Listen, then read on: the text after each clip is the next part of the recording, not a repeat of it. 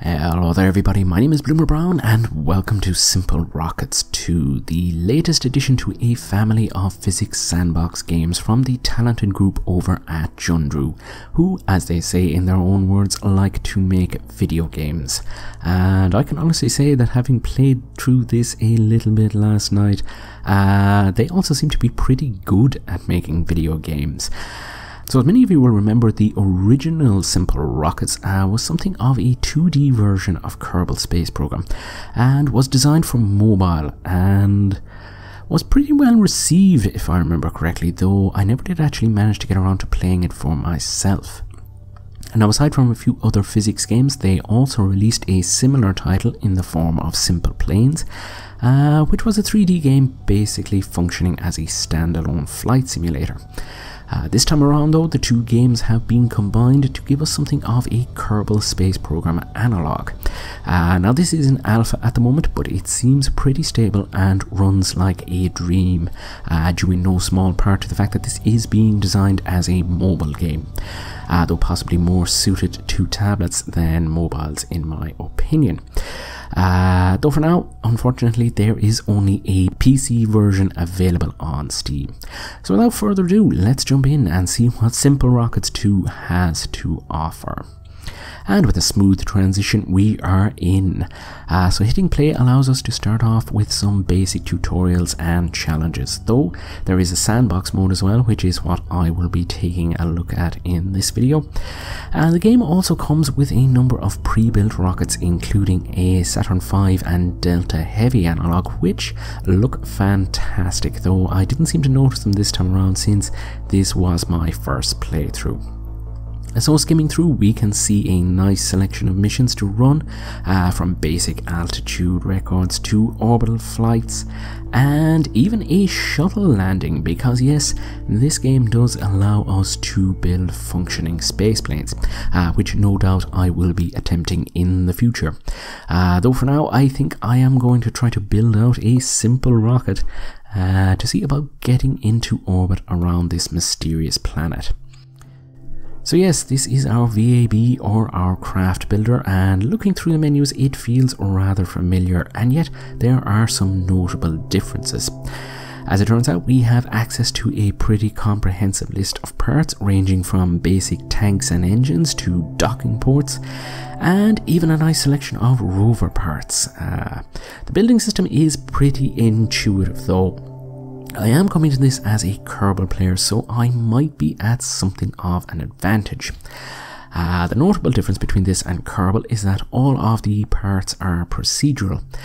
We only have one fuel tank, for example, but it is tweakable both in terms of size and the particular fuel that we choose to fill it with, either RP1, monopropellant, or even xenon, as we do have an ion thruster for use on small probes. As you can see from my upper stage, we also have the ability to customize the paint job on the tanks, and in fact all of the other parts as well, so that will allow you to pretty quickly build some of your favourite real-world rockets. So as I work my way through putting something of a reasonable looking rocket together, you will notice me putting some radial decouplers on to allow myself to build out the rocket and get a little bit of extra thrust. The game does have symmetrical attachment, though as I say, this is my first time booting up the game and I failed to notice how to switch that on and end up guesstimating my way through the build process.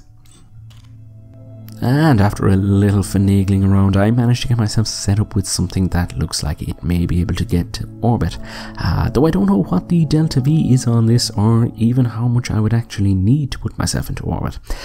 While we do get mass information and also figures on thrust, it seems that we would need to do our own Delta V calculations manually. But since I haven't been bothered to figure out what I am targeting, I decide to forgo this step and begin sorting out my staging and just sort of feel my way through the launch. And so after a very short loading sequence, we roll the rocket out onto the launch pad and are greeted with the flight screen. Though from the looks of it, this rocket will not be doing much in the way of flying today. Yes, there may be a couple of design issues there, so let's revert this flight and try that again. And having a quick look, I see that the problem may be that I have not paid enough attention to the length of those external boosters.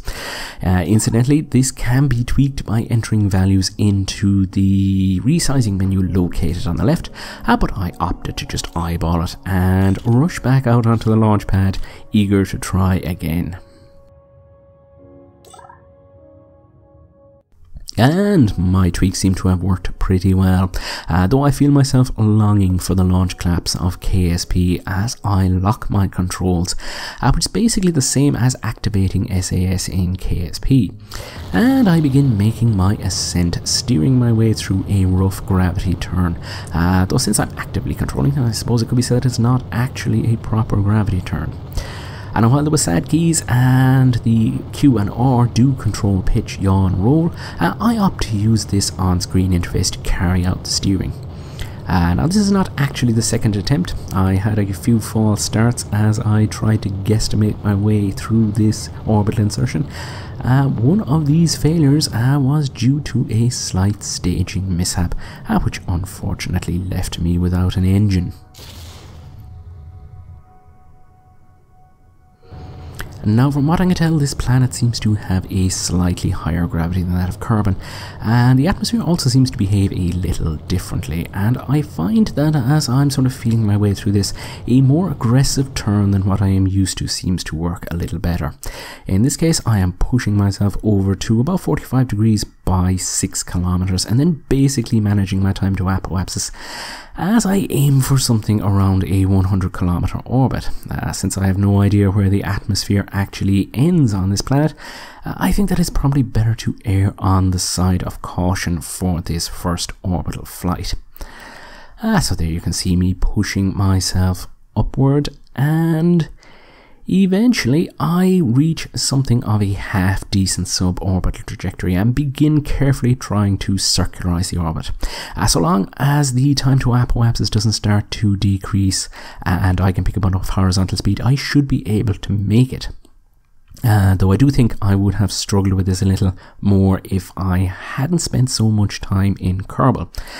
Though I'm sure someone will point out that if I had bothered to play through the tutorials, I might have had a better starting position to begin my endeavours. So yeah, we are just coming up along. And the thing I notice as I fly this ascent is the similarities to Kerbal, which the devs do cite as the inspiration behind Simplerockets. And I remember from when the last game released, they did seem to hold that game in very high regard. The controls are pretty much the same as Kerbal, so some of you are probably asking, is this setting itself up against Kerbal as something of a rival? And I have to say that I don't think so. The main aim of this is to provide a lightweight spaceflight sim for mobile users, and that's a market that really Kerbal isn't going to be able to tackle, mostly because of the vast memory requirements of Kerbal Space Program. And so eventually I get myself into orbit and take a moment to survey the final frontier in all its glory, and I have to say it is pretty impressive. So obviously we do have our home planet, but in orbit of it we find a small moon by the name of Luna, which I have to say reminds me of the old renderings of the moon from Kerbal Space Program. And of course, if we are to scroll out a little more, we find that not only do we have a moon, but we also have a small solar system of other planets that we can explore. The first of which, and the closest of which, seems to be a Mars-like planet called Simplerockets, which is complete with its own polar ice caps. It also does seem to have some nice flat plains around the North Pole there, which no doubt would make for a nice landing site when it comes to begin deploying rovers and the like on the surface. So scrolling back out and making our way as swiftly as we can out to the next planet, which I think is called Tydos. Where is it? There it is. So let's scroll in there for a look, and this time it appears to be something of a gas giant, which bears a striking resemblance to Jupiter, and it has to be said that it looks pretty beautiful indeed. So making our way out to the final planet in the system, which is Uranus, possibly named in tribute to Uranus, which is a striking blue gas giant orbiting far from the warmth of the sun. And that appears to be it in terms of planets, though I notice that I'm scrolling and panning around and that some of the stars in the background may not actually be stars, since they seem to move in a very peculiar way, and I suspect that we may have some asteroids wandering in the interplanetary medium, though it doesn't appear that we can select them or target them and gain any information about their orbital parameters, so we're not going to be able to head out and intercept them just yet. That of course either means that we may need to set up something of a tracking system, or more likely it is a portion of the game which has yet to be implemented. And after a little bit of looking around, admiring the scenery, I make my way back to the spacecraft, and since I do have some fuel left, I decide that I might as well try to pay the moon a visit, even though I have no idea what it will take to get there and land, but hey, it's there and I have some fuel, so I might as well test out the maneuver node system. So it is very similar to Kerbal, and I suppose why wouldn't it be? They did come up with something of a particularly good system, and there is no sense in reinventing the wheel. The first thing I notice is that it seems to be very sensitive and difficult to accurately plan a successful encounter, though I do eventually get one. The problem, of course, is that I haven't noticed that the sensitivity is actually tweakable by clicking the Options tab on the right hand side there in the map view menu. I think that by the time I do make it out to the moon, I realise this, and I have to say that it is a nice little touch, something perhaps that Kerbal is missing. I've always found it frustrating when planning interplanetary stuff that I'm not able to tweak the sensitivity of the various vectors, and also when you're making very fine corrections, it can get a little bit tricky. I also noticed that we have something of a flight computer which is capable of targeting and firing burns automatically once we have them set up, and decide to try it out, though for some reason it seems to cut out early and I end up having to finish the burn myself. It may be a bug, or it may just have been me not setting things up properly, or what I think is that it may have been that I was attempting to fly this at half real time, because of course we do have time acceleration in this game too, and it is capable of bringing the game down to half speed and pausing it, so fat fingering the keys may have thrown off the calculations and caused my burn to cut out early.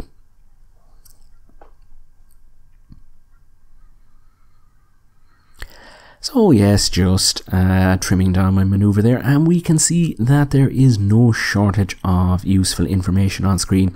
And I have to say, it is nice to have some feedback when maneuvering like this. The data also seems to be easier to keep on screen than it sometimes does in Kerbal. The problem there though could be with the pilot and not the software. So we are on our way out to the moon, and I take a moment to get some beauty shots of the planet shrinking away from us. As it happens, I cannot actually remember the name of this planet, but it is still a pretty awesome sight nonetheless. And after a short time in deep space, we prepare to cross over into the Luna SOI. And graphically, this is where I say the colour differentiation between the various orbits in Kerbal is something I miss here. But I have enough flight time to be able to read what's happening, though I wonder how a novice would actually fare. So yeah, I set myself up another maneuver node, though I could have just locked the controls to retrograde, and you can also see me making use of the sensitivity of the burn gizmo to make things just a little bit easier to do, and I have to say that is a brilliant feature which I would like to see coming to Kerbal at some point, although I think there are probably mods for that. So I lock myself retrograde and begin my capture burn and sort of trim things down into a reasonably circular orbit. The amount of fuel I have left probably means that if I try landing, I will not be able to take off. And if you know me, you will probably say that that is a big if, since I have a habit of crashing into things. In my own defense, I will say that that is all done, of course, in the name of science. So there we are in orbit around a strange and alien moon, gliding gracefully over the surface. And as I spin around, I think I might be able to catch sight of the planet getting ready to set under the horizon. Truly awesome. And of course, since I'm here, I decide it would be rude to not at least try for a landing. Though judging by our orbital speed, I am not overly confident about the potential success of this. I just hope that we don't actually have an astronaut aboard the command pod. Also, having a quick look at the menu, it doesn't seem as though we have a quick save option, though I may be totally wrong on that. So yes, zipping over the dark lunar surface with the ground rising up to meet us and invite us in for some high velocity lithobraking, I become a little worried that I may end up crashing earlier than I had at first intended. Those mountains do seem to be a lot bigger up close, and I decide to spend a little bit more fuel just to try and clear them and make my way onto the day side of the moon, since I want to see gravity converting this spacecraft into a debris field in the full light of day. And wow, we are moving fast, but I do manage to make my adjustments just using the keyboard for steering there and correct my pitch, and just about manage to get us clear of the lip of that crater in time. And finally we arrive in the sun, and I brace for impact and take a moment to marvel at the beauty of the surface. I am incidentally playing this on a 4 or maybe 5-year-old laptop, which was not designed for gaming, and as you can see, it doesn't really have any problem running this at a reasonable frame rate, though there is some pop-in on the textures here and there. And so eventually I make it to the surface, and it in fact does appear to be made of rock and dust. And just look at that fuel tank fly off to infinity and beyond, or at least beyond the render distance, to form a crater of its own. So that is Simplerockets 2 from Jundroo, which is in early access on Steam right now.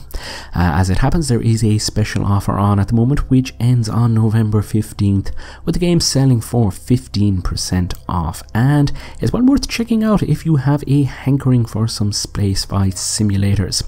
I will no doubt be spending as much time as I can spare on it over the weekend, and may end up sharing some more gameplay at some point. Until then, I am going to take this opportunity to say thank you very much for tuning in. You have been watching Bloomer Brown on YouTube, and I will see you next time.